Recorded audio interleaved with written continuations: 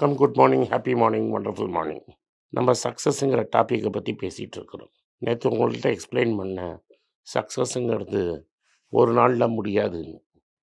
எப்படி நீங்கள்லாம் இன்றைக்கி ஒரு ஸ்டாக் கேட்டு நாளைக்கு ஒரு ஸ்டாக்கை விற்று பணக்காரன் ஆகிடலான்னு நினைக்கிறீங்க.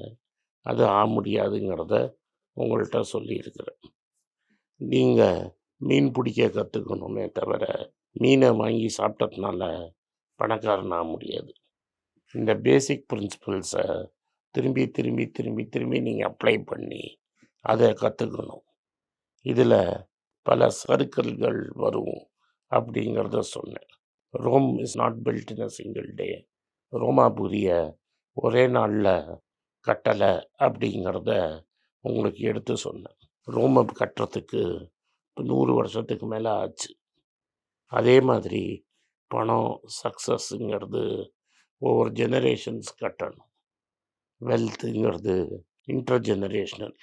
ஒரு ஜெனரேஷன் வேலை செஞ்சதை அடுத்த ஜெனரேஷன் அது மேலே பில்டு பண்ணால் தான் வெல்த்து க்ரியேட் ஆகும். ஒரே ஜெனரேஷனில் பெருசாக முடியாதுங்கிறதையும் உங்களுக்கு புரிய வைக்க ட்ரை பண்ணிகிட்ருக்கிறேன்.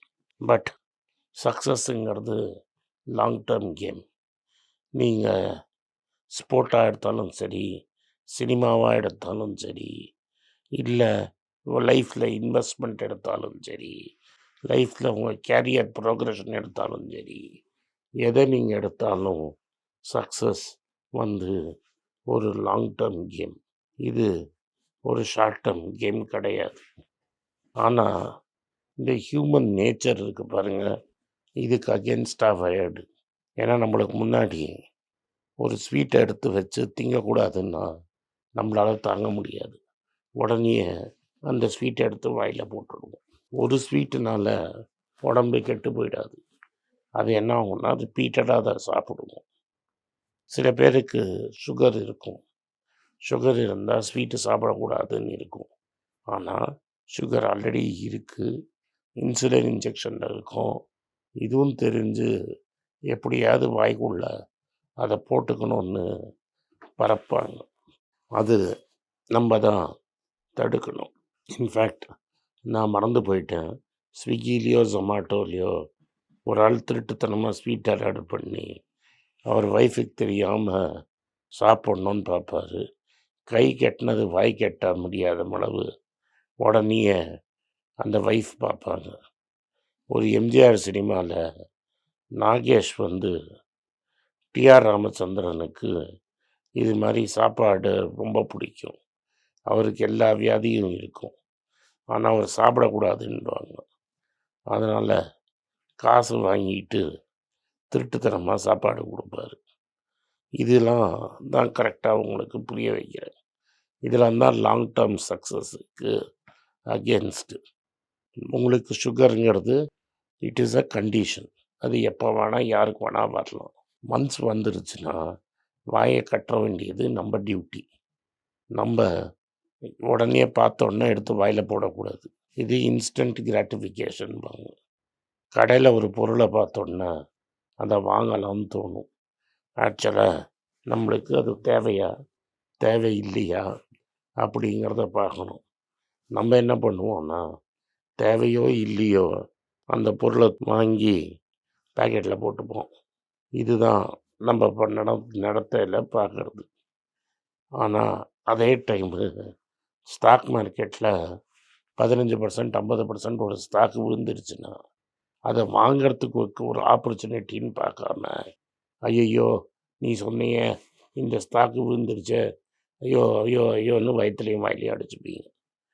அதுப்பா விழுந்துருச்சே, என்கிட்ட 10 தான் இருக்குது, இன்னொன்று 11 வாங்கி போடுவோன்னு நம்மளுக்கு தோணாது.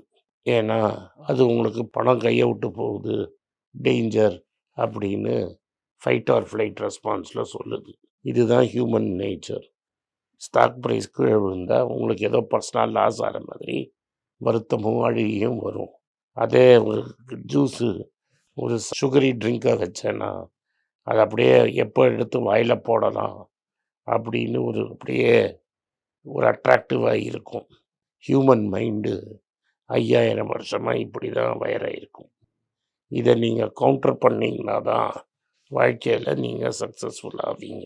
இந்த பாத் டு சக்ஸஸ்ங்கிறது is a long and arduous path. அப்படின்னா ரொம்ப நாள் ஓடணும். அந்த பாத்தில் ரொம்ப நாள் நீங்கள் ஓடின அப்புறம்தான் சக்ஸஸ்ங்கிறது வரும்.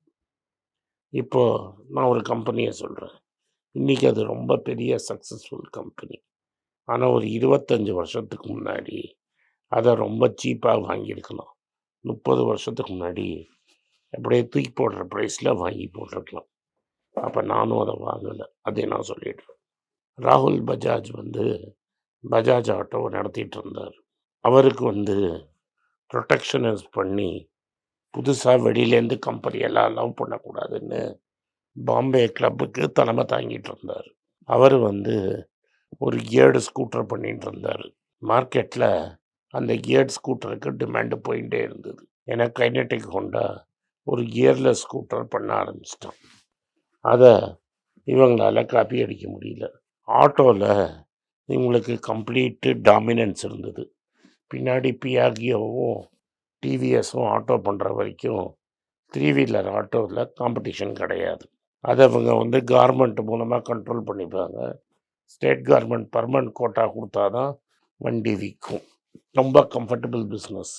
இப்போ மன்மோகன் சிங் திறந்து விட்டதில் அந்த கம்பெனிக்கு வேண்டாத ப்ராப்ளம் பயங்கரம். ஆட்டோ மெதுவாக ஃபேஸ் அவுட் ஆகிடும்னு தெரியும். ஸ்கூட்டர் பிஸ்னஸ் கம்ப்ளீட்டாக காலி ஆகிடும். அதனால் வேண்டாம் விருப்பாக மோட்டார் சைக்கிள் பண்ண ஆரம்பித்தார். அவர் பையன் அதை டேக் ஓவர் பண்ணிக்கிட்டான். கவசாக்கின்னு ஒரு ஜாப்பனீஸ் பிராண்டோட டைஅப் பண்ணி மோட்டார் சைக்கிள் பண்ண ஆரம்பித்தாங்க. சுசுக்கி ட்ரபிளே இல்லாமல் இன்சுசுக்கிங்கிற பைக்கை விட்டு சூப்பராக பண்ணிட்டான். அந்த சைடில் பார்த்தா ஹீரோ ஹோண்டா அப்படிங்கிற கம்பெனியை போட்டு அவன் சூப்பராக பிஸ்னஸை தூக்கிட்டு போயிட்டான். ராஜ்தூத் பைக்ஸ் பண்ணி, உங்களுக்கு ராஜ்தூத்னு ஒரு பைக் இருக்கிறதே நிறைய பேருக்கு தெரியாது. அந்த ராஜ்தூத் பைக்கு சூப்பராக ஓடிட்டு இருந்தது. அவன் யமஹாவோட டைஅப் பண்ணி இப்போ RX 100ன்னு ஒரு வண்டி ரொம்ப சக்ஸஸ்ஃபுல்லாக ஓடிடுச்சு. இதில் பஜாஜ்கிட்ட பைசா இருக்குது, ஒரு ஆட்டோ பிஸ்னஸ் இருக்குது, பட் வேறு எந்த பிஸ்னஸும் இல்லை. அவங்களோட கவசாக்கி பஜாஜ் வண்டி விற்கலை. ஏன்னா ப்ராடக்ட் இந்தியாவுக்கு செட் ஆகலை.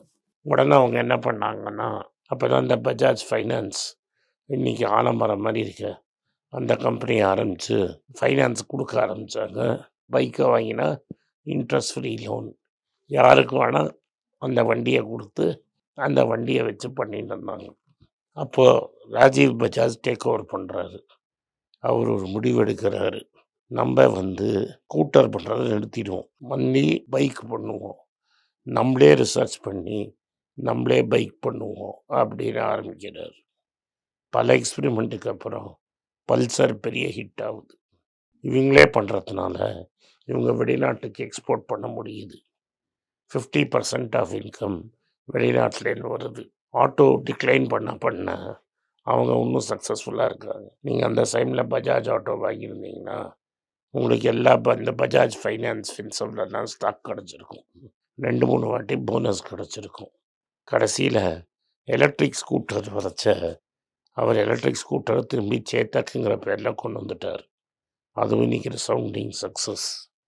இன்றைக்கி உங்களுக்கு கையில் ஒரு ஜென்ரல் இன்சூரன்ஸ் கம்பெனி, ஒரு லைஃப் இன்சூரன்ஸ் கம்பெனி, இந்தியாவோட பெரிய ஃபைனான்ஸ் கம்பெனி, ஒரு ஹவுசிங் ஃபைனான்ஸ் கம்பெனி, ஒரு 3 வீலர் பண்ணுற கம்பெனி, எலக்ட்ரிக் ஸ்கூட்டர் பண்ணுற கம்பெனி, ப்ளஸ் ஒரு பைக் பண்ணுற கம்பெனி கிடச்சிருக்கும். இதுதான் லாங் டேர்ம் இன்வெஸ்டிங்கிறது. அந்த கம்பெனியை செத்து பல தடவை பழிச்சிருக்கு. இருந்தாலும் இந்த கம்பெனி சர்வைவ் ஆகிடும்னு பெட்டு கட்டினவங்களுக்கெல்லாம் இது ஃபினாமினல் ரிட்டர்ன் கொடுத்துருக்கு. இதுதான் சக்ஸஸுங்கிறது. இதை விட்டுட்டு இன்றைக்கி வருமா நாளைக்கு வருமா நீங்கள் மங்காத்தாடி அடிந்தீங்கன்னா காசே பெருசாக சம்பாதிக்க முடியாது. நன்றி, வணக்கம். இந்த வீடியோ உங்களுக்கு பிடிச்சிருந்ததுன்னா இந்த வீடியோவை லைக் பண்ணுங்கள், எங்கள் சேனலை சப்ஸ்கிரைப் பண்ணுங்கள், பெல் நோட்டிஃபிகேஷன் தட்டுங்க. இந்த வீடியோவை முடிஞ்சால் உங்கள் சொந்தக்காரங்களுக்கும் ஃப்ரெண்ட்ஸுக்கும் அனுப்புங்க. நன்றி, வணக்கம். உங்கள் பேராதரவுக்கு மிக்க நன்றி. நான் டோட்டலாக 5 புஸ்தகங்கள் எழுதியிருக்கிறேன். 3 வந்து ஆங்கிலத்தில் எழுதியிருக்கிறேன். அதில் 2 வந்து தமிழாக மொழிபெயர்த்துருக்காங்க. ஸோ டோட்டலாக 5 புஸ்தகம் ஆச்சு.